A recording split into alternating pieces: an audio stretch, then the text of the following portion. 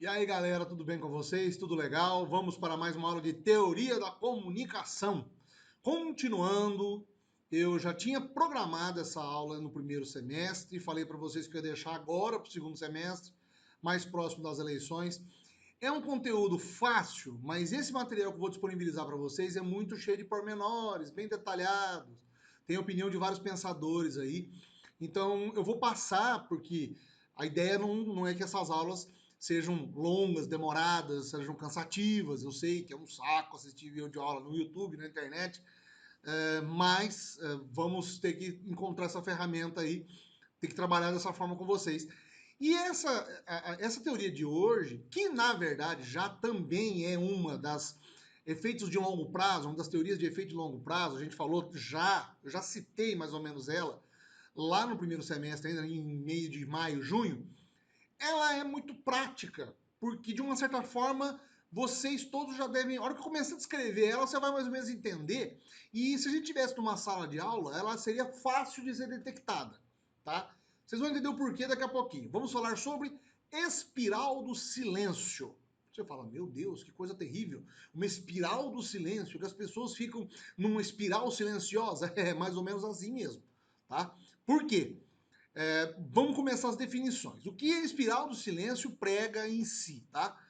Ela diz o seguinte: primeiro, a matriz dela é um conceito de acumulação presente na hipótese de agenda setting. Ou seja, lembra do agenda setting? Quando eu tenho a mídia que vai pautando os assuntos que são ditos pela sociedade.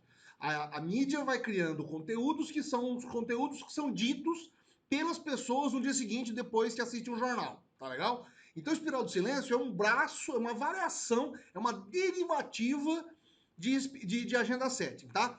Que destaca a onipresença da mídia como modificadora e formadora de opinião a respeito da realidade. Ponto. A gente sabe que no Agenda Setting, você já estudou isso aí, caiu na prova, inclusive, o agendamento faz com que as pessoas tenham uma outra visão da realidade distorcida. Ou seja, os meios de comunicação de massa fariam com que eu tivesse uma visão que os meios de comunicação de massa querem que eu tenha de acordo com o assunto que está sendo tratado. Mas aonde está a espiral do silêncio? Está nos estudos da professora Elizabeth Noel Newman no final dos anos 70, em que ela começou a observar e analisar o resultado das eleições norte-americanas. Há um contexto histórico que, se a gente for entrar aqui em detalhes, a gente vai se alongar muito, mas basicamente ela fez algumas experiências sociais com pessoas, exibindo jornais e depois colhendo as opiniões dessas pessoas diante de um cenário qualquer em que elas estivessem reunidas. Deixa eu contar rapidamente, basicamente, para vocês entenderem como que foi a experiência que ela fez. Num primeiro momento, ela colocou várias dessas pessoas reunidas, grupos de pessoas, 60, 50 pessoas, reunidos no mesmo espaço. E começou a fazer perguntas, questionar algumas perguntas, colocar algumas questões para aquele grupo social começar a comentar. Ela notou o seguinte, que num grupo de 50, 30 pessoas que seja, algumas pessoas se manifestavam. Algumas pessoas tomavam a frente na discussão e se posicionavam, davam o seu ponto de vista, enquanto uma maioria silenciosa ouvia atentamente aquilo, observava, mas ficava inerte, ficava passiva, tá? Bom, passado esse momento, ela passava um questionário para as pessoas responderem com basicamente as mesmas perguntas que ela fez. Nesse questionário, os resultados, as pessoas, os outros, a totalidade daquelas pessoas, não só aquelas duas, três, quatro que tinham se manifestado, mas as várias pessoas que estavam ali naquela sala, naquele momento, tinham a oportunidade de sozinhas, na individualidade da sua ação, colocarem as suas opiniões no papel. E qual é a surpresa? A surpresa é a seguinte, que na maioria dos grupos sociais, as respostas dessa maioria silenciosa divergiam totalmente das perguntas ou do posicionamento de quem se manifestava. Era uma espécie de reação contrária. A impressão que dava é o seguinte: vamos traduzir só para o nosso linguajar aqui mais jovem, né? As pessoas eram mais metidas, quem era mais metido falava mais. E aí eu concordava ou não com aquilo. Quando eu concordava, tudo bem, concordava silenciosamente. Quando eu discordava, eu também discordava silenciosamente. Só que na hora que eu tinha a possibilidade de colocar a minha opinião no papel, eu discordava daquela pessoa, redondamente. Inclusive com mais argumentos do que aquela pessoa estava dizendo. Contrariando o que aquela pessoa que tinha tomado a frente tinha dito para mim. Então, de uma maneira ou de outra, havia algum problema que a professora Elizabeth estava começando a detectar, que existia algum tipo de opinião pública que não conseguia ser manipulada por alguns grupos de imprensa. E por que é que isso acontecia? E essa é a essência da ideia da espiral do silêncio. Em outras ocasiões, a espiral do silêncio atuava da seguinte forma: a pessoa tinha uma manifestação, ela tem uma opinião, mas diante de um cenário social onde ela é colocada, ela é massacrada. Ela é, ou ela tem que se fazer valer, ela tem que se meio que camuflar, troca a sua própria opinião pela opinião da maioria e se sente diminuída, tá? Ou ela não faz parte daquele grupo social. Vamos ver com mais profundidade os estudos sobre opinião pública. Aqui é só para a gente ter um sentido de opinião. O que seria, né? O uso quase que de estatística, né? Que as pessoas têm para definir quais atitudes estão em alta e em baixa diante do público. Mais ou menos seria o seguinte: você observa o que a maioria está fazendo. O que a maioria está de opinião, você vai embarcar junto e quer participar da estatística. Nas eleições, e por isso eu quis deixar mais próximo das eleições, é muito perceptível isso. Em cidades pequenas, e eu falo da minha experiência própria em eleições em cidades pequenas, quando você vê uma pessoa dizer para você assim: eu vou votar no fulano de tal, porque fulano de tal vai ganhar a eleição. Como que aquela pessoa pode definir que ela vai ganhar a eleição, que o candidato X vai ganhar a eleição? Claro, se ela votar e todo mundo votar, aquele candidato vai ganhar. Mas em que momento que surge essa opinião pública, essa prontidão das pessoas em expressarem o seu voto e considerarem que aquele vai ganhar? E se houver o processo contrário? E se as pessoas disserem assim: olha, aquele não vai ganhar, eu vou votar no outro? Não seria algo que, inclusive, faria parte da natureza? Eu deveria votar numa pessoa, escolher um candidato, por conta da minha afinidade com as ideias que ele está me propondo, e não somente pelo fato de que a maioria vai votar nele. É esse o entendimento que a Noelle Neumann queria saber. E ela queria entender exatamente a razão das pessoas mudarem de opinião com tanta facilidade. Primeiro, ela consegue começar a dar umas definições que fazem isso acontecer. A primeira, há uma ameaça de isolar os que apoiam o outro lado, imbuindo os temas eleitorais de uma dimensão moral. E dois, o papel da mídia, que é pública, é extremamente definidor nesse processo. É como se a mídia, nesse momento, dissesse o seguinte: bom, fulano vai ganhar. A mídia escolhe quem ganharia um processo eleitoral. E isso é muito importante. Mas do mesmo jeito, a mídia pode falar: este aqui não vai ganhar o processo eleitoral. Porque a partir daquele momento em que ela é a grande emissora, é o grande canal de comunicação, que ele é o grande emissor da informação, ele define quem é que ganha e quem é que perde a eleição. Olha o perigo disso. E nós conseguimos ver isso mais recentemente, com os processos eleitorais acontecendo, e talvez esse ano. A internet vai ser definidora. Se houver uma onda, como aconteceu em 2018, se houver uma onda popular de apoio para um grupo de candidatos, aquele grupo de candidatos que pode às vezes não ter nenhum tipo de vínculo ou projeto eleitoral, mas só pelo momento da onda dizer que ele vai ganhar uma eleição, ele acaba ganhando. Só que o problema é, a hora que aquela pessoa ganha, o que a opinião pública faz? Participa do processo de opinião? Não participa? Aí aqui algumas definições, a gente não tem muito tempo, mas eu posso citar aqui Locke, Rousseau, que falavam sobre como que a opinião pública surge.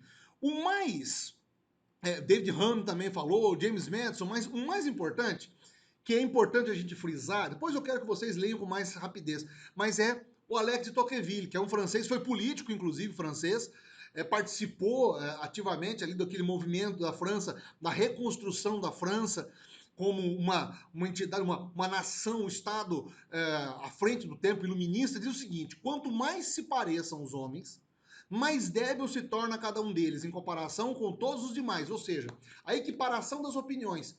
Quando todo mundo tem a mesma opinião, mais débil vai ser exatamente você conseguir comparar um com o outro. Não apenas desconfie de sua força, como inclusive duvida de seu direito. Este acha muito próximo de reconhecer estar equivocado quando a maioria de seus compatriotas afirma que ele esteja equivocado. Então ele muda a opinião. Se ele achar que ele está equivocado, todo mundo vai começar a falar que ele também está equivocado naquela decisão. É o que eu disse. A chave da questão está no seguinte: mas por que fulano vai ganhar? E por que fulano vai perder? O que define isso? Não deveriam ser os projetos de governo ou, de uma certa forma, a estrutura social que necessita de uma pessoa para mudar o ambiente? A, B ou C, melhorar a sociedade, nem sempre é o que acontece. E a publicidade entra aí. E é por isso que é importante você, como estudante de publicidade, de comunicação, saber que a espiral do silêncio tem uma força muito grande hoje na geração dos materiais eleitorais. Existe uma massa silenciosa que está observando tudo atentamente. Quando ela tem o poder de se manifestar, ela se manifesta. E na maioria das vezes, existe uma pressão social para que ela se manifeste, mas ela não faz isso. É onde vai a ideia da Anneli Neumann. Se o indivíduo imagina que sua opinião pode estar em minoria ou pode ser recebida com desdém, essa pessoa estaria menos propensa a expressá-la. De alguma maneira, a gente está lidando também com alguns sentidos de timidez ou de vergonha, vamos colocar assim. Mas na verdade, não. São princípios que fazem com que a pessoa se sinta excluída. Há um processo de definição dentro da vida daquele momento em que a pessoa está, em que ela fala assim: eu não vou me manifestar porque às vezes o meu pensamento está errado. Na verdade, o pensamento dela pode estar certo, mas se ela não se manifestar, ninguém vai saber. Isso acontece numa classe. Eu sei que todos vocês estão assistindo o vídeo aqui pelo YouTube, mas e se nós estivéssemos numa sala? Numa sala de aula normal, desde quando você estava lá no colegial, quando você estava no pré-primário, nunca tinha naquela classe que você estava lá aquelas pessoas que mais falavam e as pessoas que ficavam quietinhas? Pois é, essa pessoa que fica quietinha é um eleitor, é um comprador, é um consumidor. Ele vai comprar o teu produto, ele tem uma opinião, ele tem um espírito dentro dele, ele é um cidadão. Só que às vezes ele não se manifesta. O grande problema é quando várias dessas pessoas, silenciosamente, optam por se manifestar. E é aí que surge a espiral do silêncio.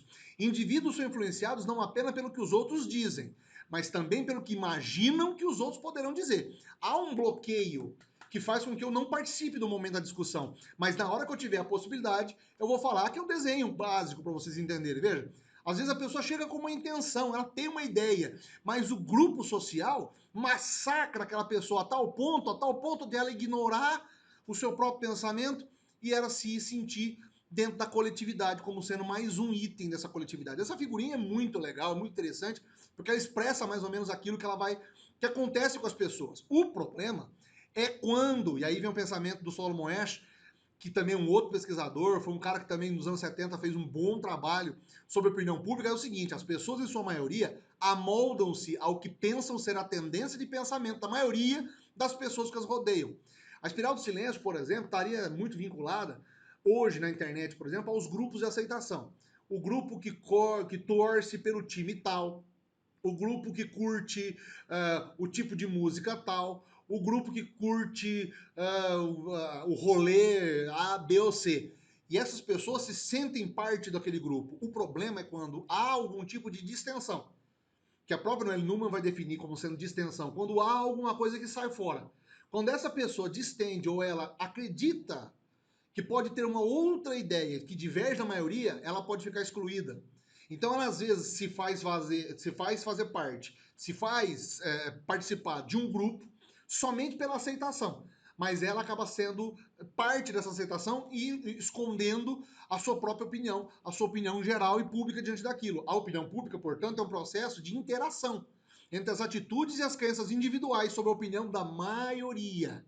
Então veja, a opinião pública acaba sendo uma espécie de rebanho, movimento de rebanho, e que vai sendo conduzido por algumas lideranças. Só que em algum momento pode acontecer de haverem pessoas que vão movimentar a opinião pública. E ela vai mudar conforme a opinião dela vai sendo mais ou menos divulgada. Ah, cabe aos meios de comunicação de massa com papel? Claro. Os mass media participam com a tematização, conceito presente na hipótese do agendamento. Colocação na pauta da atenção do público receptor de um determinado tema, com todas as suas variantes e desdobramentos, dando-lhe uma aura de importância e urgência. É como se a mídia desse a voz para essas pessoas que não tiveram voz, que por algum motivo não se manifestam, mas em que algum momento elas vão poder se manifestar. Só que aí é que eu entro um ponto que eu acho que eu nem estou colocando aqui, eu até coloquei sim.